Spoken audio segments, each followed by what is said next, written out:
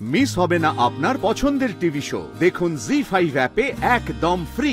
হ্যাঁ, মানলাম গুঞ্জা অসুস্থ, ধরে নিলাম ওর মারাত্মক কিছু হয়েছে, কিন্তু আপনারা আমাদেরকে ওর কাছে যেতে দিচ্ছেন না কেন? ও যে এতক্ষণ ধরে অসুস্থ, আপনারা ডাক্তার ডেকেছেন? দেখুন, আপনি কিন্তু আমায় জেরা করছেন। করতে বাধ্য হচ্ছি। আপনাদের কথাবার্তা, আচার আচরণ আমাদের ঠিক ভালো লাগছে না।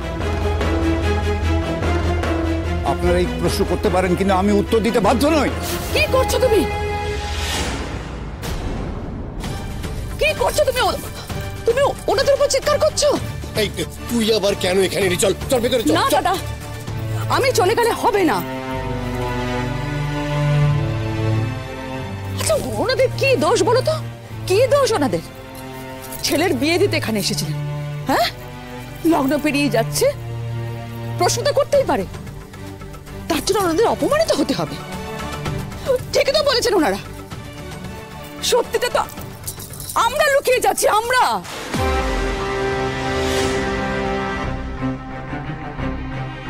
কোন সত্যিটা লুকোচ্ছেন? গুঞ্জা গুঞ্জা বাড়িতে নেই।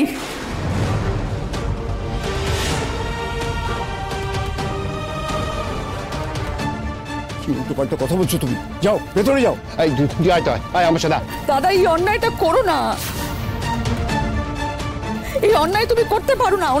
ওনাদের সত্যিটা জানতে হবে। লুকিয়ে লাভ নেই দাদা, ওদের জানতে হবে। আমি বলছি কি হয়েছে। তুমি একটা কথা বলবে না। যাও, ভেতরে যাও। না না, ওনাকে বলতে দিন, ওনাকে বলতে দিন। আপনি বলুন তো, গুঞ্জা নেই মানে?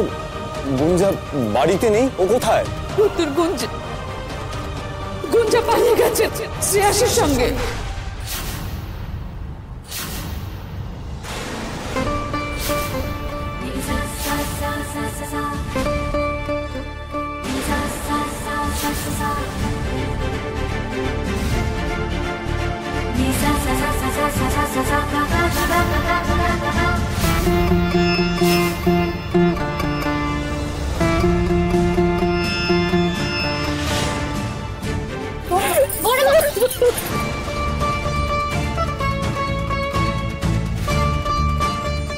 আমি আন্দাজ করতে পেরেছিলাম যে এরকম একটা কিছু হবে।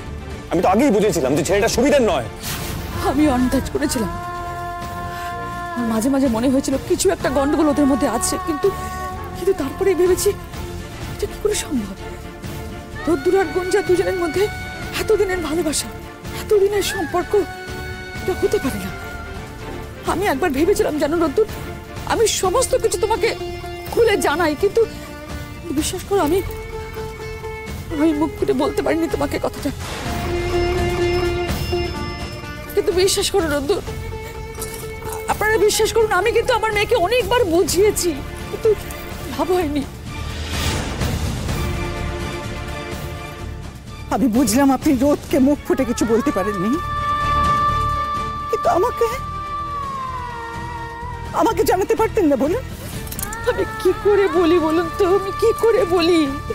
আমি কি করে কথাগুলো বলি? এগুলো তো নিজেদের মান সম্মানের ব্যাপার না। জি5 ডাউনলোড করুন আর সব এপিসোড দেখুন একদম ফ্রি।